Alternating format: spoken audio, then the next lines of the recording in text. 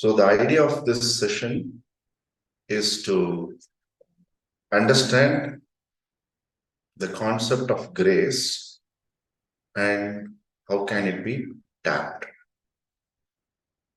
Okay, so this is the topic of our discussion today. So I invite each of you to present your understanding of the word grace, maybe 30 seconds, and be mindful of time.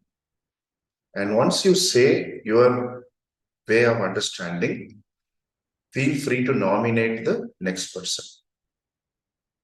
Okay. Whoever wants to start, you can. I can start. Yeah. For me, grace is like the image is like a shower. It's an energetic shower that comes to on me, and it fills my whole being, outside and inside. I nominate Vishnu.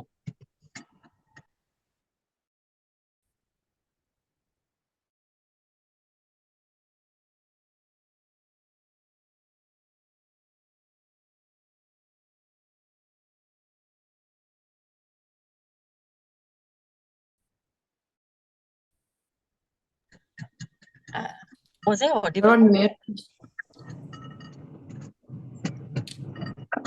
Yeah.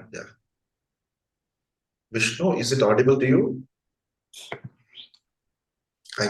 Loshika, maybe you can Yeah, I talk think and he then probably later. can't. Yeah, I'll let him alert Yeah, him. Maybe someone else can go in the meantime. you can do it. Oh, okay. Grace for me is honestly, I don't know how to best describe it, but I feel it's the blessings, God's blessings is how I define grace. I'm not sure if that's a good definition, but that's how I see it. Yeah. I'll nominate Lydia, and I'll alert Vishnu as well that he Sure, might not. sure. We're not able to hear him. Okay. Yeah. Thank you. Thank you. For me, grace is presence and loving awareness, presence, to be present in a present moment to receive the blessings that we are showered with. So, Michael. Thank you, Lydia. Good morning, everybody. I guess I was thinking about it now, and that first image that came to my mind was just how water flows and how it moves around bends, and it doesn't try and go over the bends, and it just taps into that natural flow of the universe. That's what came to be now. Vivek? Thank you for nominating me. What comes to mind for me when I hear the word grace is the benevolent universe theory, which is what Albert Einstein said, which is one of the most important questions a human being might ask is, do we live in a benevolent universe? And is the universe aware of our existence? And if we were to believe that it is, not only is it aware, but it's also favorably disposed and trying to optimize things which we may not be able to see with our lack of wisdom right now, but will eventually see. And with that, I would like to pass the mic to Archana.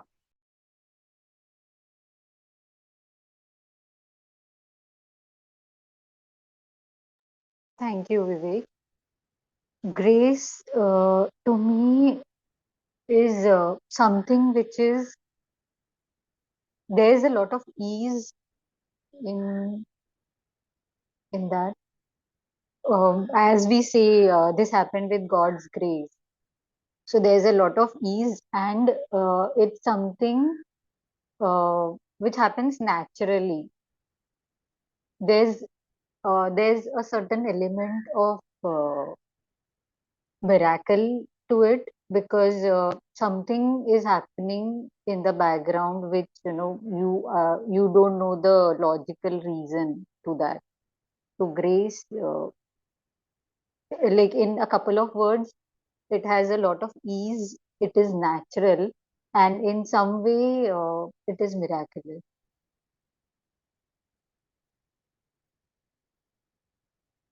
Yeah, to nominate someone, I would nominate Loshika. I believe I've had a go, but Vishnu didn't know that he was nominated, so now he does. Okay, so I'll have a go. I tried to make sense of this word for a while, but I'm obviously failing it miserably. The only thing that always consistent when I think of that word is I'm a photographer. I try to take photos. Always been trying to capture the morning sun rays coming through a large tree on a riverbed because we do camping. I'm still failing at it. So that's the ideal image that I'm trying to capture is what I can think of when I think of grace, and I haven't captured it. I have close atoms, but I haven't captured it yet. So morning sun rays coming through a large tree, reflecting on water. And I'll nominate Deepa Gopalakrishnan. I think she didn't have a chance yet. Grace is when God's plan matches your intent and it gives you this superficial feeling that you are making things happen. Grace is everywhere and without which you can't even stand up.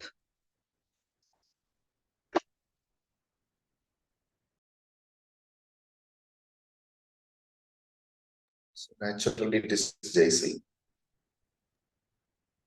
Thank you. Hello, everyone. So when I think of the word grace, what comes to mind is humility that surpasses ego. And there's a certain element of allowing, because a lot of things we do from agency, and then there are certain things that happen. And to me, the things that happen is what grace is. That's what I could think of.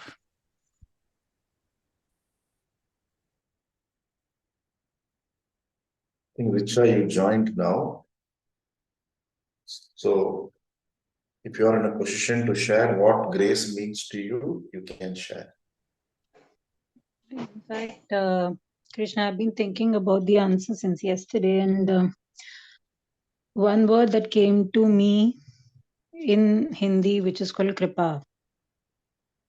I think if that's, I could just connect to this word when I was looking for grace. That's it. Otherwise, I don't know. Okay. Perfect. And if all of you are comfortable being on screen, I'll record as it is. I won't be able to come on screen, Krishna. That is okay. Whoever is there. Is it okay? Yeah. Thank you.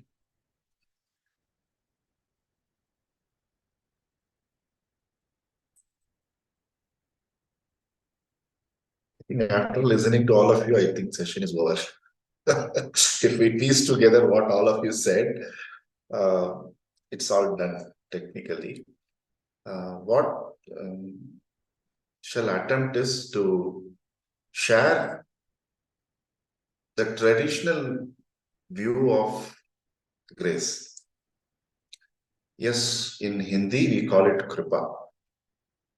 Okay, now the entire world we constantly understand that there is a creation happening and that creation needs to be sustained and then dissolution happens. Creation, sustenance, dissolution. So you call them Trinity. If you are in this part of the world, you will give a name Brahma, who is creating, Vishnu, who is sustaining, and Shiva, who is dissolving or destruction, which is again the source for another creation. But this component of this moment is created, sustained, and destroyed. It's in every moment. these three happens as a cycle. Okay, and this also has, in a different way, you can understand it as a past, present, future. Everything, every moment undergoes this creation. It sustains for a particular time. So when I say a second, there is a duration for second also, right? You wink, it is a second. That winking time, the second is sustained, and when you wink, second is gone. If it is an hour, you have R is created now at 12 o'clock today, and it is sustaining for 1 hour till 1 hour, 1 o'clock, and then it's done with. When it is done with, another hour starts. Same, 1 second is over, another second starts. So this entire life, if you see, many of us can easily understand this cycle 1, 2, 3 happening regularly. Okay, now what are the other two aspects presented in the tradition? Till now it is okay. These three, creation, sustenance, and resolution, is part of the world's vocabulary. It doesn't matter which part of globe, which culture we belong to. This is very common, correct? The next two things are also common, but they are uncommonly spoken. Nobody speaks about them. Okay. So what is that fourth aspect which is present, and the fifth aspect which is present, which we seldom have an introduction to? The fourth aspect is called delusion. Delusion, which is, can call it technically as Maya.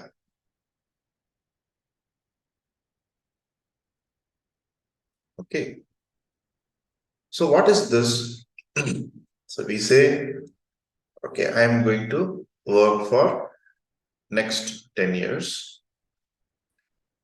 And by the 10th year, I am going to retire. This is my bank balance. This is my assets. After retiring, I want to have these kind of goals. And before retirement also, I have these kind of goals. If we stop there, then there is no problem, because that is called planning. But what we do is, we say, the moment I go to that vacation, I will feel liberated. Moment my bank account hits this number, I am free. You are attaching an if. That happens, then it's okay. And based on that, you start devising goals. And I think everyone seated here, when we were in school and college at least, would have an X, thinking when I reach that X, I will retire. I think many would have had these discussions. And in that X, today I don't think anything you can do today. That X amount. So we have these targets which are constantly moving. And the beauty is, the entire functioning of the world is possible only due to this moving target. iPhone 15, 16. Yesterday, I was told iOS update 17 has come in. Suddenly, the screens were different. Because we feel that updations keep things fresh and new. So that keeps pushing us and pushing our targets. Because of this fourth aspect, Maya, which is delusion, the entire world is functioning. Okay, I am here. When I go to the new company, life is going to be different. When I become an entrepreneur, everything will be different. When I get married, everything will be different. There, some truth is there. Whoever is married knows.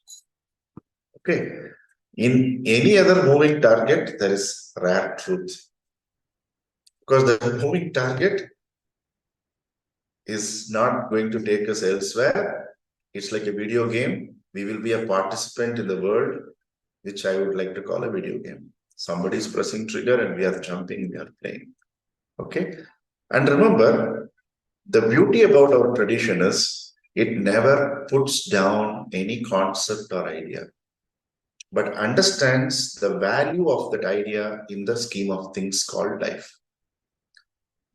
So it is the same concept of Maya or a delusion, which is helping us to achieve the material goals in life. Without that sense of, if I do this, let me get there, let me get there.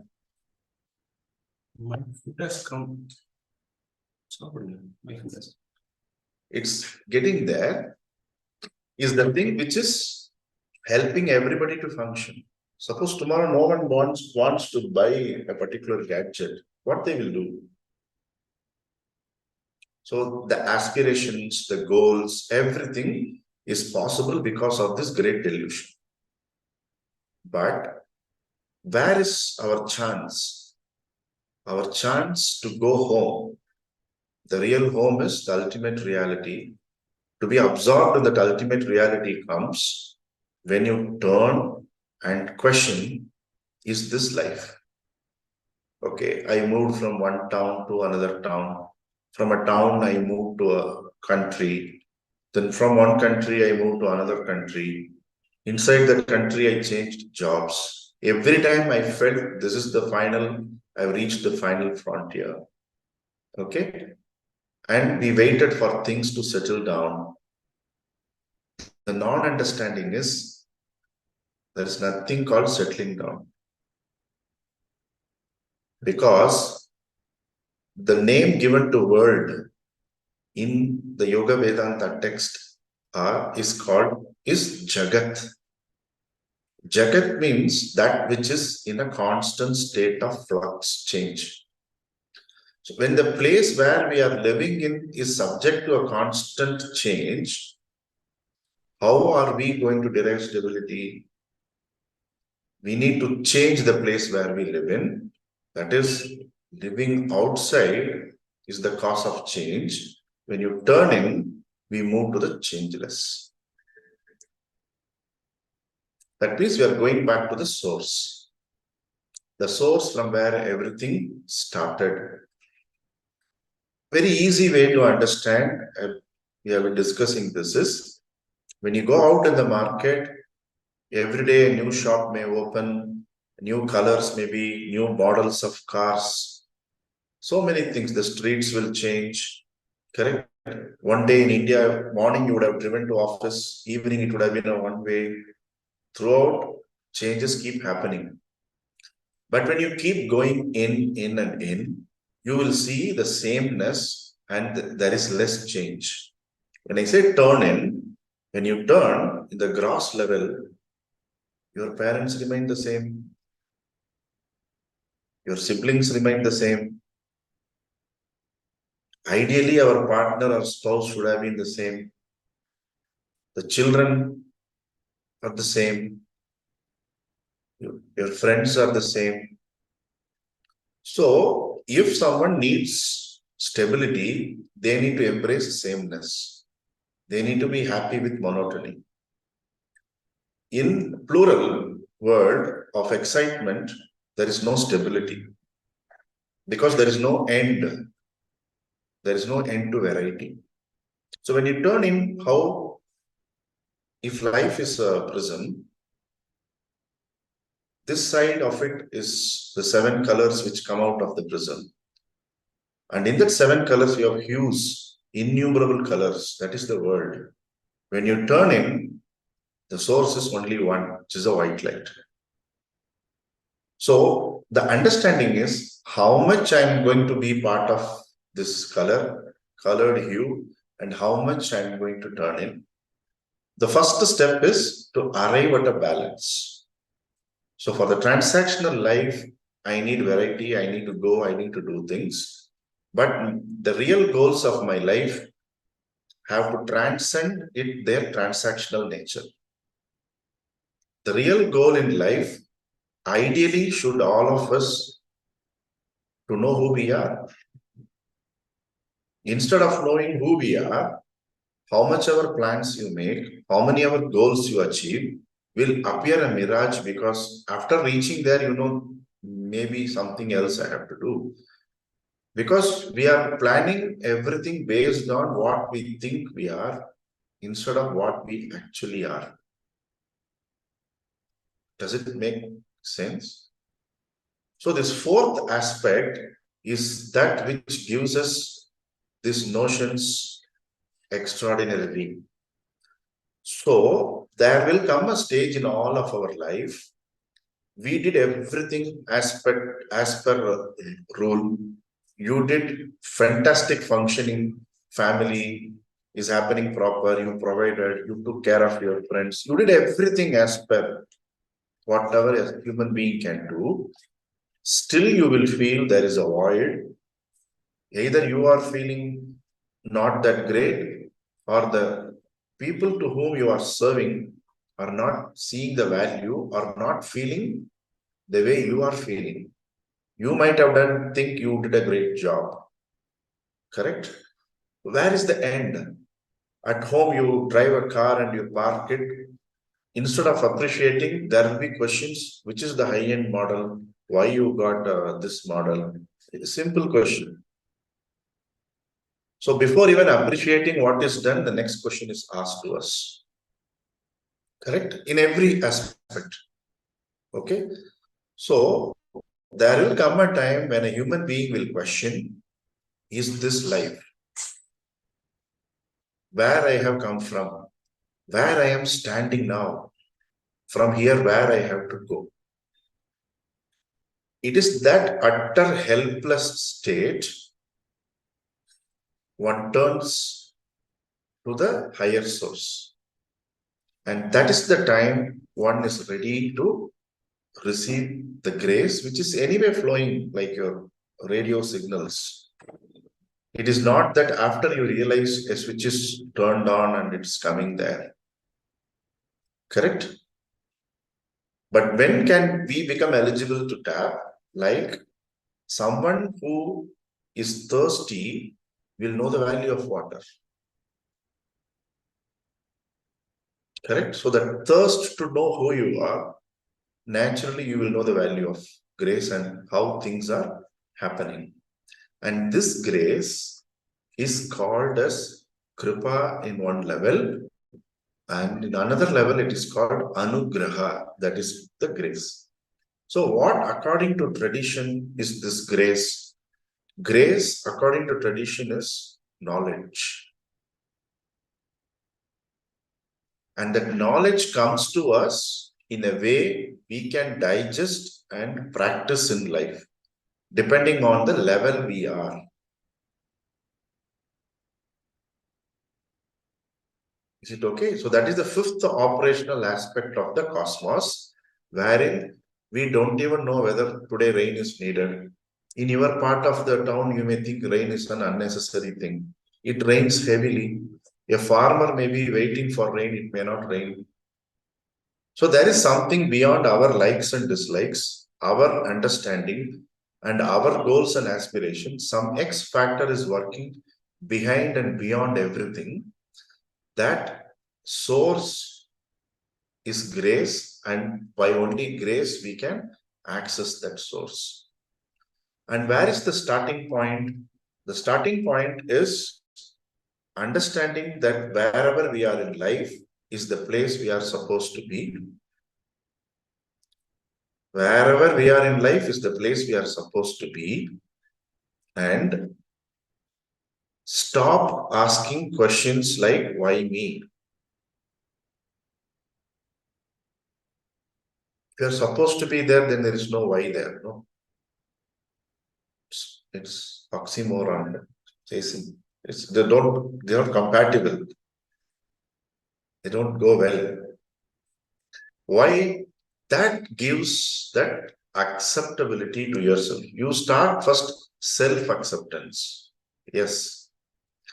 In the state of constant rebellion, or I will not accept this, there's so many talks, self-talks are going on. There is no acceptance there.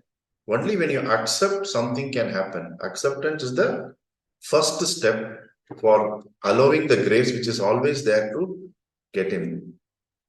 The second is having a clear idea of what we want to achieve. It should never be with respect to what others are achieving. In a nutshell, there is no comparison. The moment you get into that, we end up getting comparative dissatisfaction. And how can you compare apple and pears?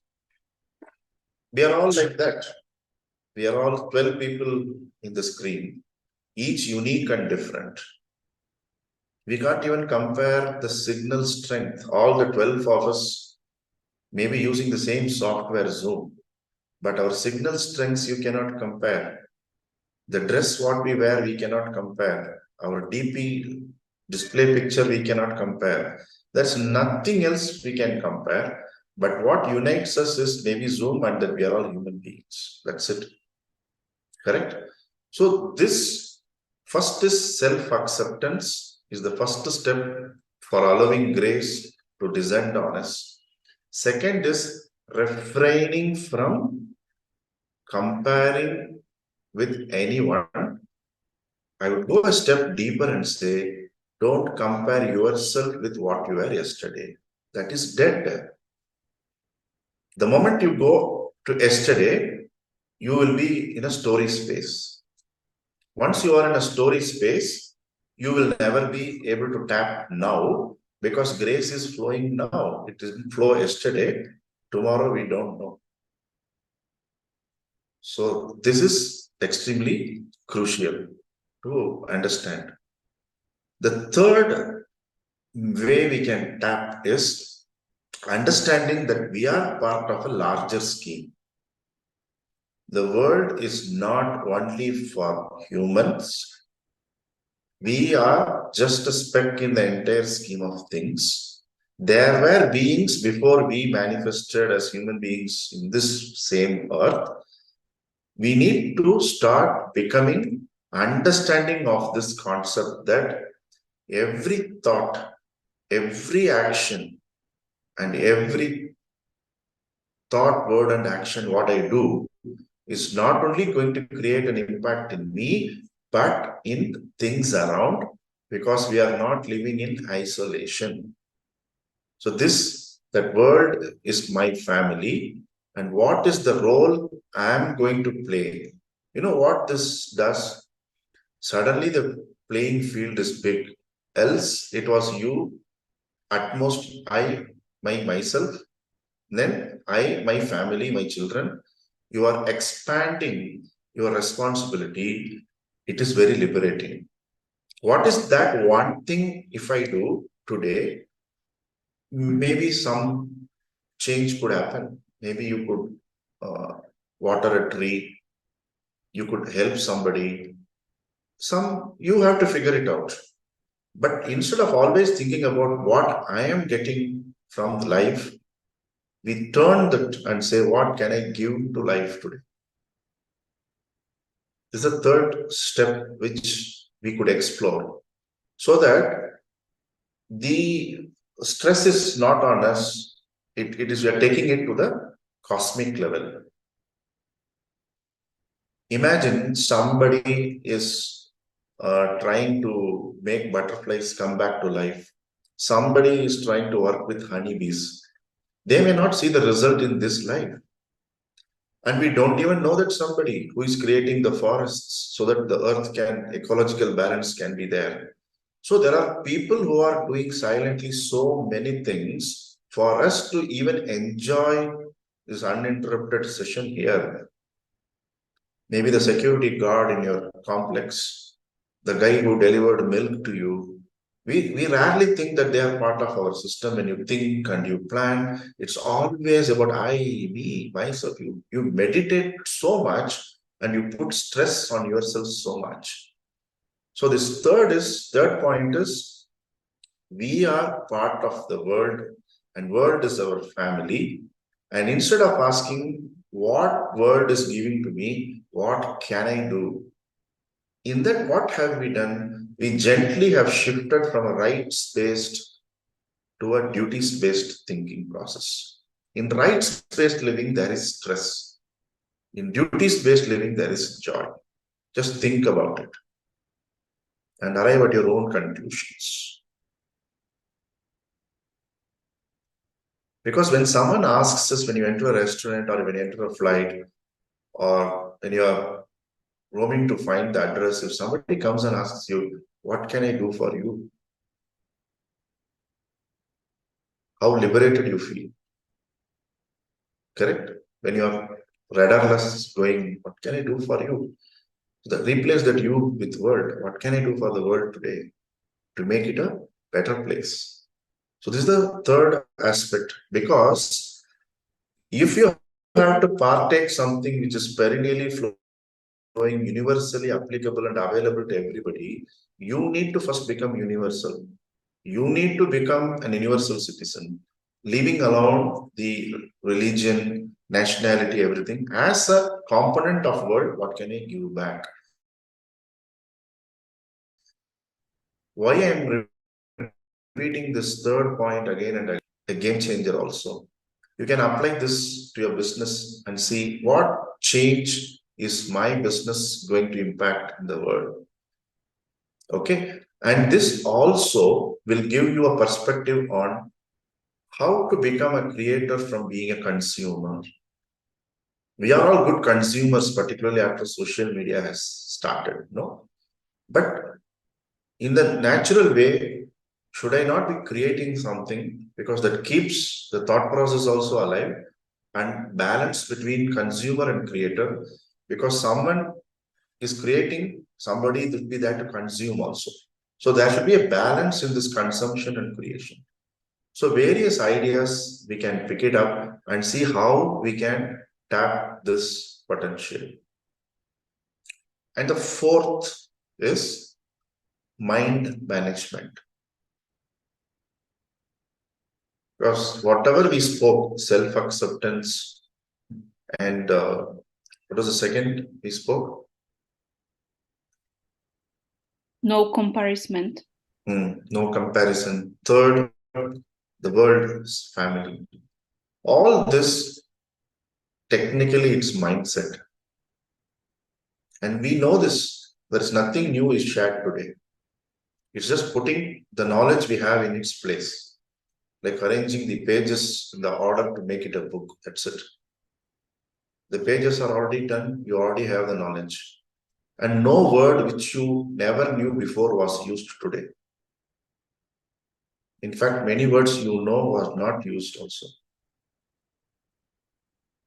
Everything we know, but we are trying to put it in context with the help of how tradition views this. So when someone gets into this mode, the fourth, the mind is the software with which we are going to deal. And with the first 3 points, you are going to update your software, which is your mind. Then what happens? You yourself will know what is that you need to do.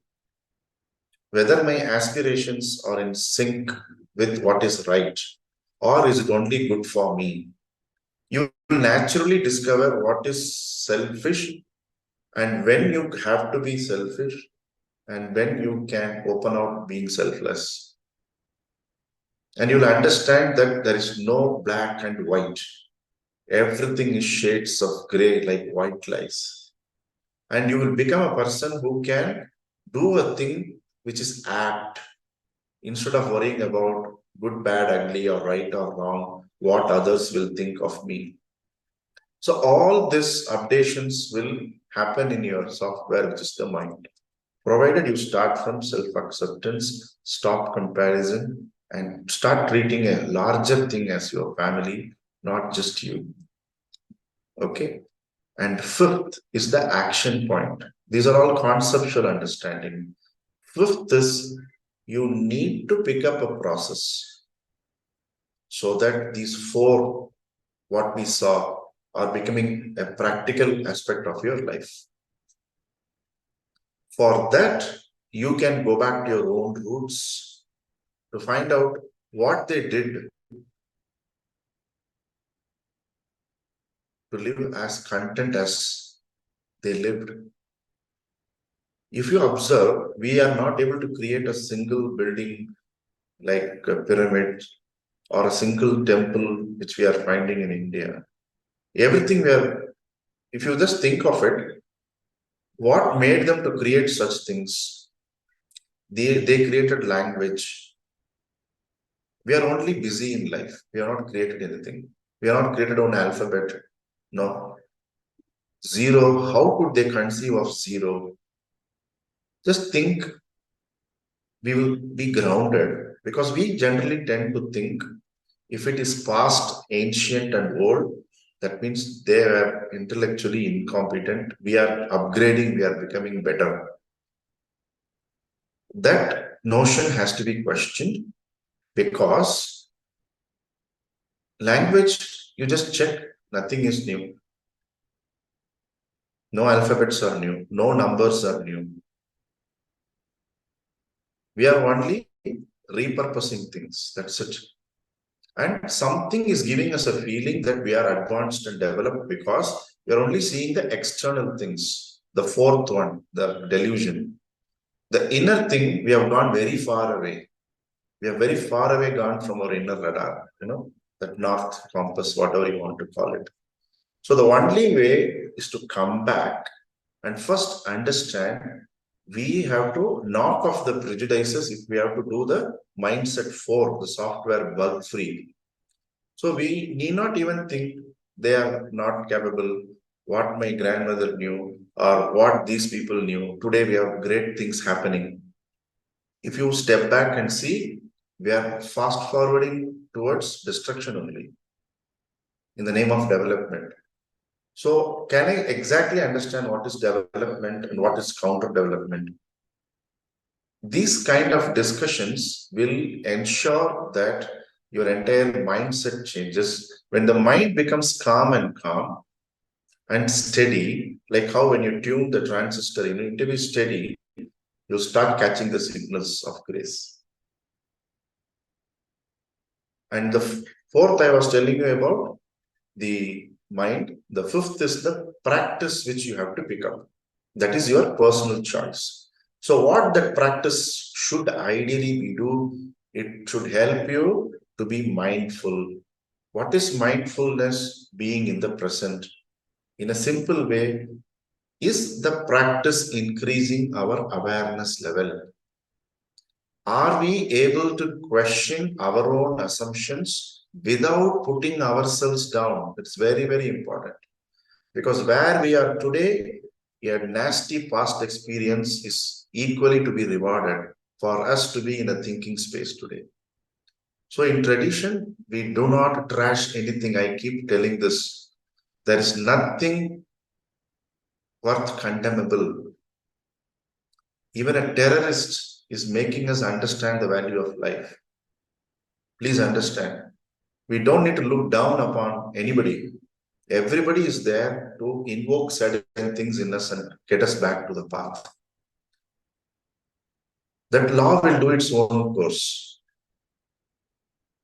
So what my teacher used to say, stop debating about this is right, this is wrong. Become a lawmaker, go to police, go to military. Why are you sitting outside and debating on television? Can you do anything about it? Do it. Otherwise, you have a lot of things in your table, please do it. Or go on the line of duty and do it. Okay. So please pick up a practice. It could be trying to develop silence. It could be breath work. Or it could be yoga nidra.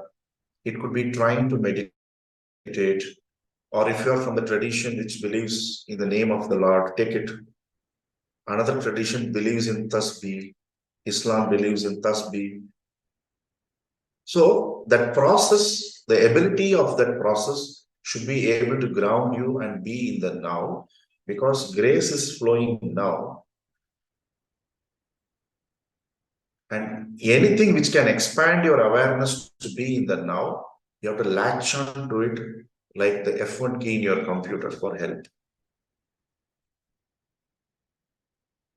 Okay, I saw a hand coming up. Anybody? No. Okay. So I am pausing here. I'm inviting your observations and be mindful. Take up to a minute to share your observations. because it's a collective journey.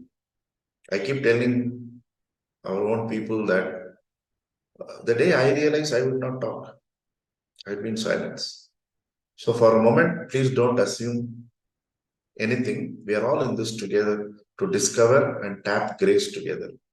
So please share whatever you feel which occurred to you for the last few minutes, whatever inputs you got, any insights or any reflections. This session helped me assert my understanding of things slowly. Some of them have been realizations, some of them have been understanding. But it was kind of a good session to see, to listen to all of that once again and reassert my thoughts, for which I'm grateful.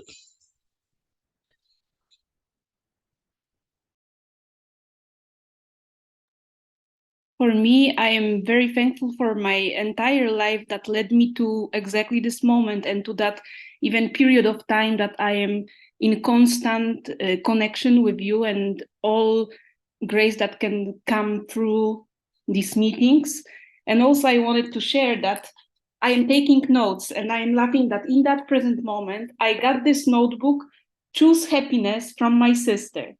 And I am opening today to take notes. Notes are all over, but she put for me a surprise, which is like, you are a miracle to discover, my favorite words. So I'm listening to that and I'm like, oh, what a grace.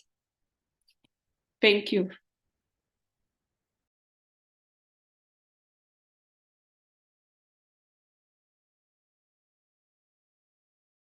I guess I'll go.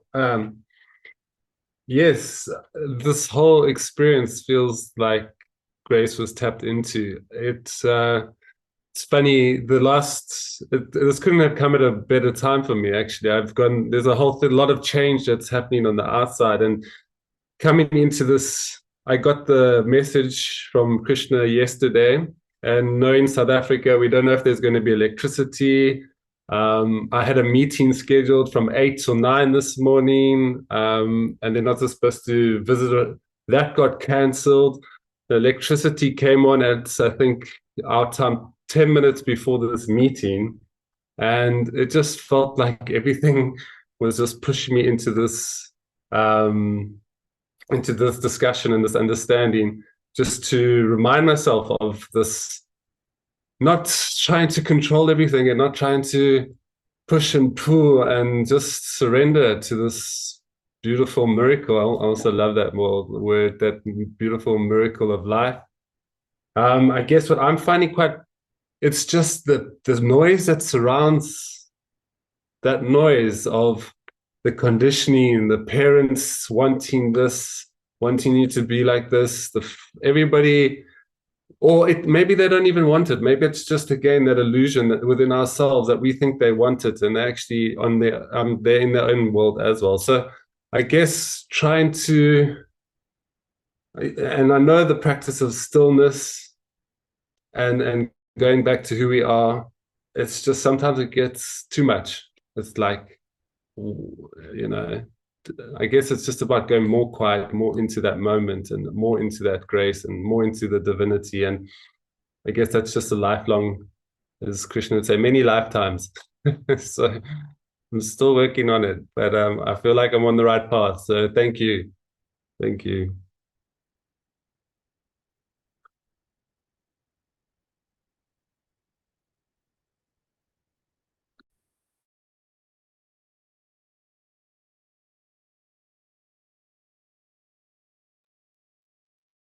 I could go.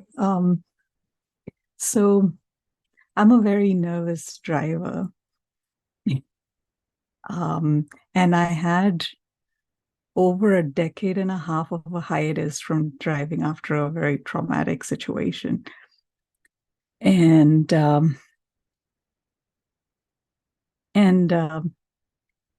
next week I'm supposed to drive in snow, which is like very, very scary.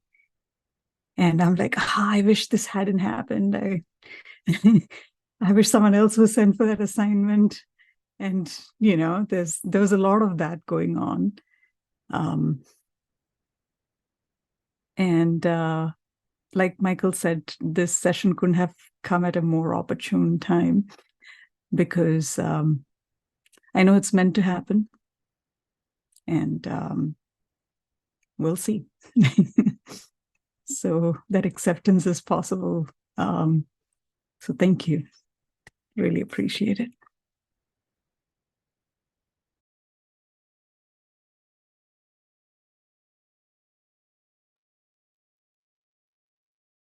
Any of you would like to go next?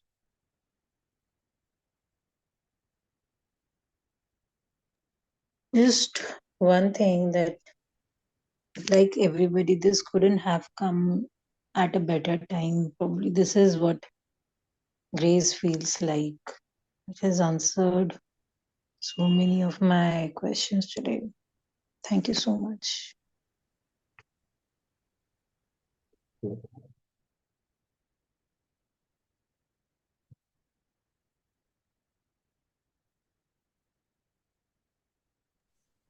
Yes, Roshika.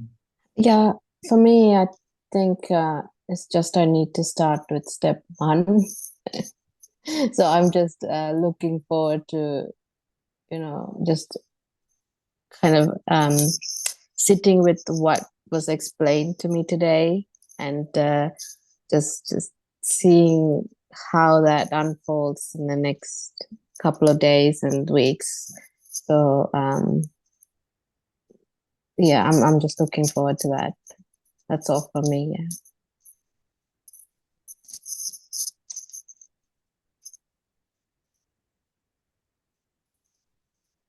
Archana and Monikut, any thoughts?